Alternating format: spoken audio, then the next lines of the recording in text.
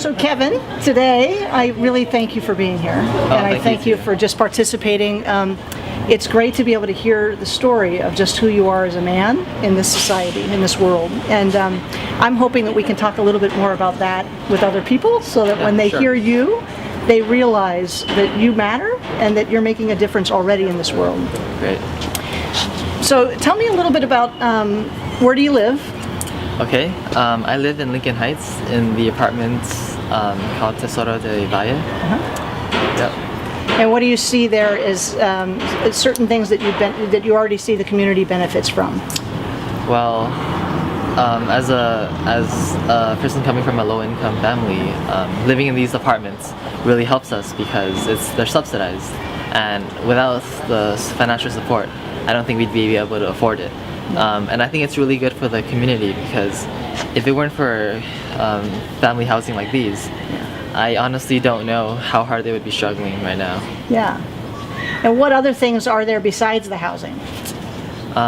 Well, I spoke to you earlier about LifeSTEPS and some of the programs that they offered, and just the financial classes, or when you have classes for these community members, I think it really helps them because your aim is to address the problem and solve it rather than to get rid of the cause of the problem.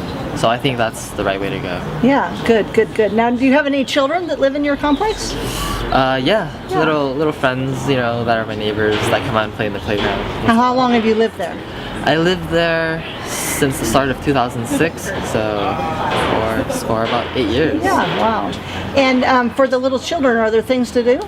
Yeah, I mean, they've got the playground, and honestly, it comes naturally. The little kids will play together, but also they can go into that little community room, and I think, most of the time they'll be offered free lunch, and there will be someone to tutor them for the classes with homework help. And then, when the year comes along and there's holidays, there'll be little events like a Thanksgiving dinner or a Christmas gift exchange. Yeah, great. So you see an after-school program happening and other events as well. It's really great, really active. Something for the kids to do, spend their time with. One of the things that when you and I talked earlier that I was moved by was your experience where you traveled this year. So can you tell us a little bit more about that? Sure. Well, this past summer, I went to China, back to my family's rural village, and I was able to spend time with, mostly all my relatives because my mother is the only one in her family in the States.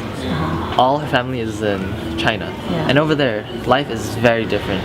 See, my cousins and some of my nieces and nephews who are all around the same age as me, education isn't the main priority. So they would finish middle school, and most of them don't go to high school. They stop and they help out with the family business.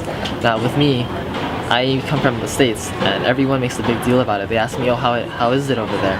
And I feel like I just have so much opportunity. And I'm talking about education because it's over here, it's very common for youth to go through college, graduate with a degree, and then find a well-paying job. And over there, they just stay local. They marry and they never really leave the village. So I feel like I have this responsibility and duty to take these opportunities and make the best out of them because it's something that I have and something they don't have. So that's another reason why I really strive to work harder.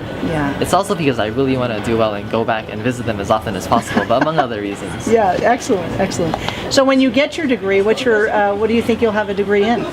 Well, I just switched my major to mechanical engineering, and I'm pretty positive about that. So I think I'm going to stick with that.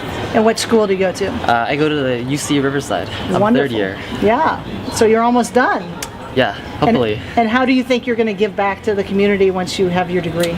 Well, I definitely want to stay involved, and I want to know about what kind of work LifeSTEP does, what's going on, and definitely I feel that money is not really the main reason I live. I need money to eat, to pay bills and things like that, but the reason I live, want to be involved is I don't want to see people struggle. I want to help out because I'm able to, because I have a degree or I have a job or I'm doing well, and I would hate to see other people, who are less fortunate struggle. So I would like to give back and just be involved with the kind of work that you do. Excellent. Thank you so much. Thank you.